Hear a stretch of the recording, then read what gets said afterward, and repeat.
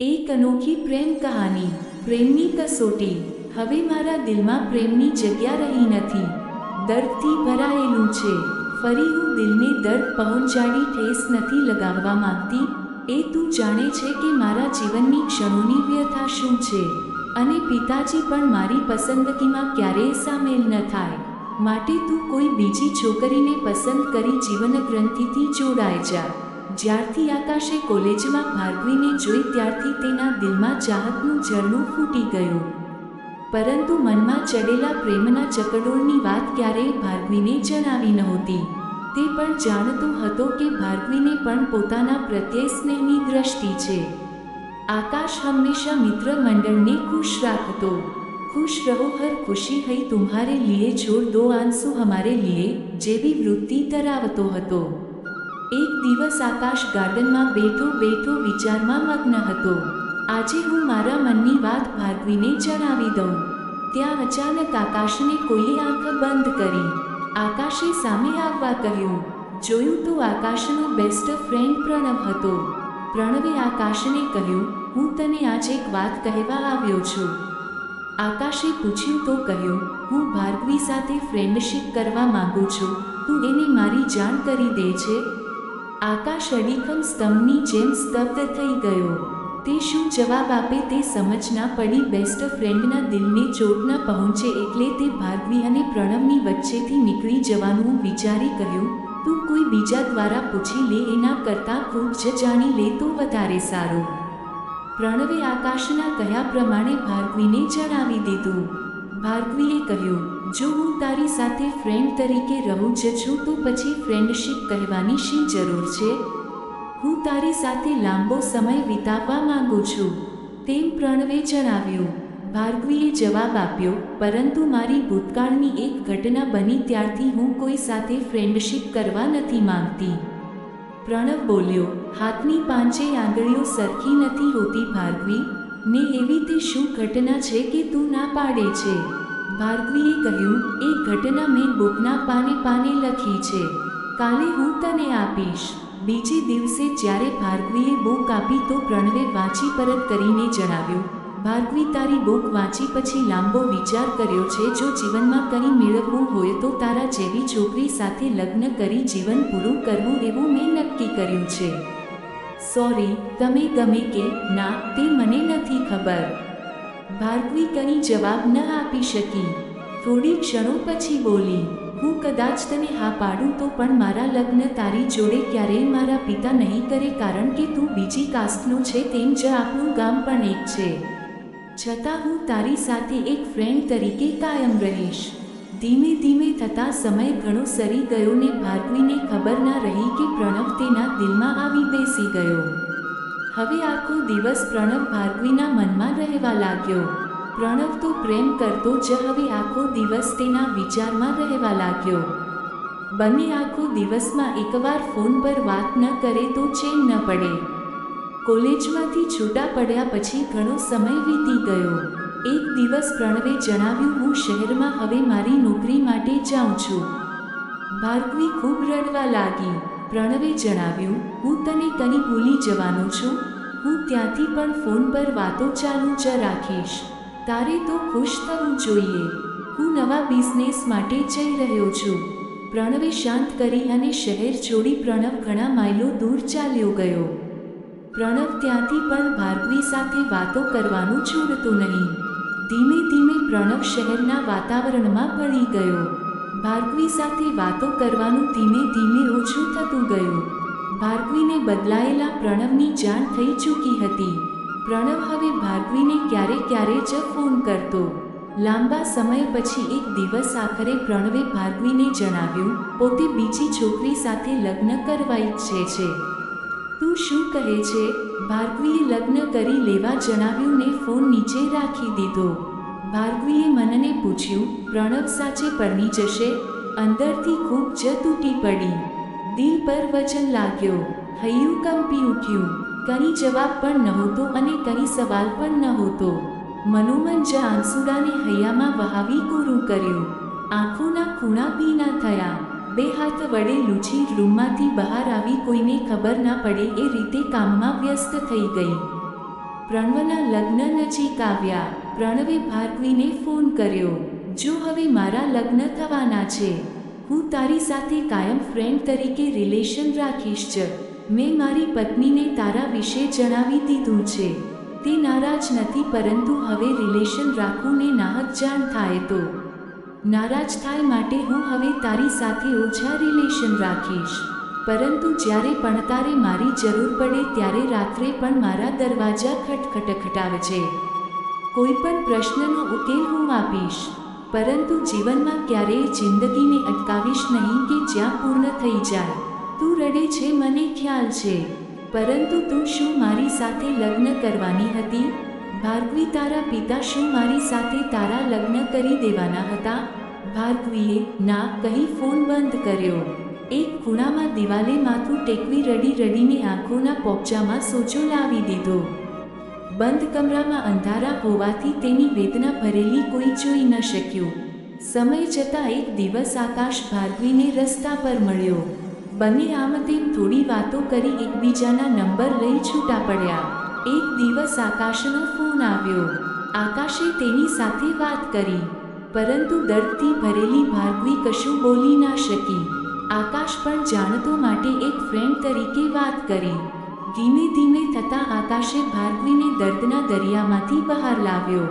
ભાર્ગવી પ્રેમને વિસરી, પરંતુ પ્રેમના દિવસોને ક્યારેય ના વિસરી. ભાર્ગવી હસી મજાક કરતી હવે આકાશ સાથે દિવસો પસાર કરવા લાગી. એક દિવસ આખરે આકાશે પોતાના મનની વાત જણાવી દીધી. ભાર્ગવીનું હૃદય ભારે ભારે થયું ને કહેવા લાગી, હવે મારા દિલમાં પ્રેમની જગ્યા રહી નથી. દર્દથી ભરાયેલું છે. ફરી હું દિલને દર્દ પહોંચાડી ઠેસ નથી લગાવવા માંગતી. એ તું જાણે છે કે મારા જીવનની ક્ષણોની વ્યથા શું છે, અને પિતાજી પણ મારી પસંદગીમાં ક્યારેય સામેલ ન થાય. માટે તું કોઈ બીજી છોકરીને પસંદ કરી જીવન ગ્રંથિથી જોડાઈ જા. આકાશે બિલકુલ ના કહીને કહ્યું, ભાર્ગવી, 5 વર્ષ પહેલાં જ મેં તને મારા દિલની ફ્રેમમાં મળી લીધી છે. હવે એ ક્યારેય દૂર ન થાય. થોડા દિવસે આકાશ ફોન કરતો. ભાર્ગવી પ્રણવના દિવસોને ભૂલવા લાગી. આરે આકાશ ભાર્ગવીના દિલના દ્વારે પહોંચી ગયો. એક દિવસ આકાશે ભાર્ગવીને કહ્યું, મારે તારી નજીક બેસી વર્ષોની વાત કહેવી છે. તું મારા પર વિશ્વાસ રાખજે. તું મને મળવાની ના પાડે છે, માટે કહું છું, હું બીજા જેવો વાસનાનો માણસ નથી. હું તારા મનની સાથે જોડાયેલો છું. તારે મારા પ્રેમની કસોટી કરવી હોય તો જે કસોટી કરવી હોય તે હું તેમાંથી પસાર થવા તૈયાર છું. બસ એકવાર તું મળવા માટે આવ. ભાર્ગવીને હંમેશા આકાશે પોતાની વાત જણાવવા રૂબરૂ મળવાનું કહ્યું. હરેક વખતે ભાર્ગવીએ ના જ કહી. ભાર્ગવીને લાગતું નાહક ખોટું બોલી બહાર નીકળવું, પોતાને શોભતું હોય તેમ વર્તન કરવું, પિતાજીના દિલને ચોંટ પહોંચાડવી ગમતી નહીં. ભાર્ગવીએ આકાશને પૂછ્યું, તું શું કહેવા માંગે છે, અને આજ સુધી તે મને જણાવ્યું કેમ નહીં? આકાશે કહ્યું, જ્યારે તને જાણ કરવાનો હતો તે જ દિવસે પ્રણવે જણાવ્યું કે તે તને પસંદ કરે છે, માટે મારા દોસ્તના દિલને ચોંટ ના પહોંચે એટલે હું માર્ગમાંથી હટી ગયો ને મારા મનની વાત મેં મનમાં જ દફનાવી દીધી. આ મારા પ્રેમની કસોટી થઈ ગઈ હતી. હવે તારે મળવા માટે મને હા કે નાનો જવાબ આપવાનો છે. હું તને સમય આપું છું, તું વિચારીને મને કહે છે. ભાર્ગવીએ ના કહી. આકાશે કહ્યું, તું એકવાર વિચારી મને પછી જ કહેજે. આજે હું તારી હા કે ના ને નહીં સ્વીકારું. ભાર્ગવીએ કહ્યું, પિતાજી સમક્ષ જૂઠું બોલવું મને પસંદ નથી લાગતું. આકાશે જણાવ્યું, તું મારી સાથે ફોન પર વાત કરે છે ત્યારે જૂઠું બોલે છે તેવું નથી લાગતું. હસી પડીને ફોન નીચે રાખ્યો. આકાશને મજાક કરવી ખૂબ ગમતી. એક દિવસ ભાર્ગવીએ ફોન કરવાનું વિચાર્યું અને મળવા માટે કહેવાની વાત મનમાં ઘડી. સંધ્યાકાળ હતો. પૂરું આછા લાલ પીળા રંગથી છવાયેલું હતું. સૂરજનું તેજ આછું હતું. અંજવાળું શમી જવા આવ્યું હતું. તે સમયે ભાર્ગવીએ આકાશને ફોન કર્યો. આકાશે ખૂબ ભારે અવાજમાં વાત કરી. ભાર્ગવી ખૂબ ગભરાઈ ગઈ. તેણે પૂછ્યું, કેમ તબિયત ઠીક નથી? ના, હોસ્પિટલમાં એડમિટ થયો છું. બોલ, શું કામ છે? આકાશે પૂછ્યું. ભાર્ગવી બોલી, સાચું કહે, શું થયું છે? આકાશે જવાબ આપ્યો, મારી સાથે ખોટો સમયના બગાડ. આકાશને કંઈ જવાબ ન મળતા પ્રેમ ભર્યા શબ્દોથી પૂછ્યું, બોલ, શું કામ છે? કંઈ કામ હતું? ભાર્ગવીએ જવાબ આપ્યો, કંઈ નહીં, સાજો થઈ જા, પછી ફોન કરજે. હા કહી આકાશે ફોન રાખ્યો, પરંતુ ભાર્ગવી ખૂબ ગળગળી થઈ ગઈ. શું થયું હશે? કંઈ જવાબ ન આપ્યો. સ્વસ્થ થઈ ફરી વિચાર કરી બોલી, આમ પણ મજાક કરવાની તો ટેવ છે. કંઈ નહીં, આકાશનો ફોન આવશે એટલે હું ખુશી ખુશીના સમાચાર આપીશ. 8 દિવસ સુધી ભાર્ગવીએ આકાશના ફોનની ચાતક પક્ષી જેમ રાહ જોઈ, પરંતુ ફોન આવ્યો નહીં ને કર્યો પણ નહીં. ભાર્ગવી અને આકાશ સિવાય આમ પણ કોઈને ખબર પણ નહોતી, એટલે કોઈને જ જણાવવામાં બહેતર છું તેમ સમજી આકાશના મિત્રને પણ ફોન ન કર્યો. નાહક કોઈને કહું ને આકાશને મારા રિલેશન વચ્ચેની વાત ઘર સુધી જાણ થાય તો ખોટું લોકોમાં ફજેતી થાય, એના કરતાં ન કહ્યામાં 9 ગુણ સમજી કોઈને ન કહ્યું. છતાં ભાર્ગવીથી રહેવાયું નહીં. સૂરજ ડૂબવા આવ્યો હતો. આકાશ અંધારામાં જવાની તૈયારીમાં હતી. સૂરજનું તેજ આચ્છાદિત હતું. સૂરજ આથમવાની તૈયારીમાં હતો. તે સમયે ભાર્ગવીએ આકાશમાં મિત્રને ફોન કર્યો ને પૂછ્યું, શું ચાલે છે? આટલા દિવસ કોલેજ પછી યાદ કર્યો? આકાશના મિત્રએ પૂછ્યું. ભાર્ગવી બોલી, કંઈ નહીં, બસ. શું કરે મિત્ર મંડળ? કુશળ તો છે ને સહુ? આકાશના મિત્રએ જવાબ આપ્યો, શું વાત કરું ભાર્ગવી, આપણી વચ્ચે હસીને હસાવનાર, સુખી કરીને સુખી થનાર, દુઃખ અને દરિયા દિલમાં સમાવી લેનાર આકાશ જેવો વિશાળ આકાશ સ્વાઇન ફ્લૂના ઘેરામાં 8 દિવસ રહી દુનિયા છોડી ચાલ્યો ગયો. સાંભળતા જ ભાર્ગવીના હાથમાંથી ફોન સરકી ગયો. તેની આંખોમાંથી દડ દડ આંસુડા વહેવા લાગ્યા. છુપાવવા છતાં આ છુપાવી ન શકે. રડે તો પણ કોની સામે? કહે કો પણ કોને? ભાર્ગવીને લાગ્યું ફરતી દુનિયામાં મેળામાં એકલી રહી ગઈ. સાચે આજ મારો સૂરજ આથમી ગયો? અંધકાર છવાઈ ગયો? આકાશ સૂરજ સાથે આથમ્યું ને મારા આકાશ સાથે મારી જિંદગી આથમી ગઈ. હૈયાને આંસુડાથી ભરી દીધું. તેમાં ન સચવાતા આંખોમાંથી બહાર વહેવા લાગ્યા. દુઃખોના ઘેરામાં છવાઈ ગઈ લાગણી જાણે પૂર સાથે તણાઈ ગઈ. પ્રેમ કરનાર દુનિયા છોડી દિનકર પાસે ચાલ્યો ગયો. દર્દની પીડાએ ઘેરી લીધી. રૂમના એક ખૂણામાં દિવાલને માથું ટેકવી અવાજ ન આવે એ રીતે રડી રડીને ફરી આંખોના પોપચામાં સોજો લાવી દીધો. 8 દિવસથી જાણે રોકી રાખેલું રુદન બધા બંધ તોડીને વહેવા લાગ્યું. ડૂસકે ડૂસકે રડતા કેટલા કલાક ગયા હશે તેની તેને ખબર ના રહી. વકી ગયેલા બધા જ કલાકો ભાર્ગવી સમેટી ના શકી. પરંતુ જે સમય સરી ગયો તે કેમ વિસરી શકાય? ભાર્ગવીને આકાશના શબ્દો કાન પર ગૂંજવા લાગ્યા. આકાશની સાથે વીતેલી ક્ષણો ભાર્ગવીને તાજી થવા લાગી ને આકાશ સાથેના વિશાળ સોનેરી સપના દિલના દર્દને વધારવા લાગ્યા. વેદનાની કોઈ સીમા ના રહી. ભાર્ગવી અને આકાશ વચ્ચેની વાર્તાની કટાર વહેવા લાગી.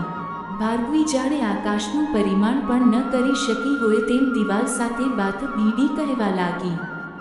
દુનિયાને અજવાળું દેનાર આકાશને એક તરંગ આવી પહોંચ્યું ને ચાલ્યું ગયું. વિશાળ આકાશને બાહોમાં સમાવી લીધો કે ભગવાન, મને જાણ પણ ન થઈ. પ્રેમ કરનારની કસોટી શું આ રીતે જ તું લે છે? તારો જવાબ હા માં હશે તો આ દુનિયા પ્રેમ કરવાનું છોડી દેશે, અને ના હશે તો મને આકાશથી તે દૂર શા માટે કરી?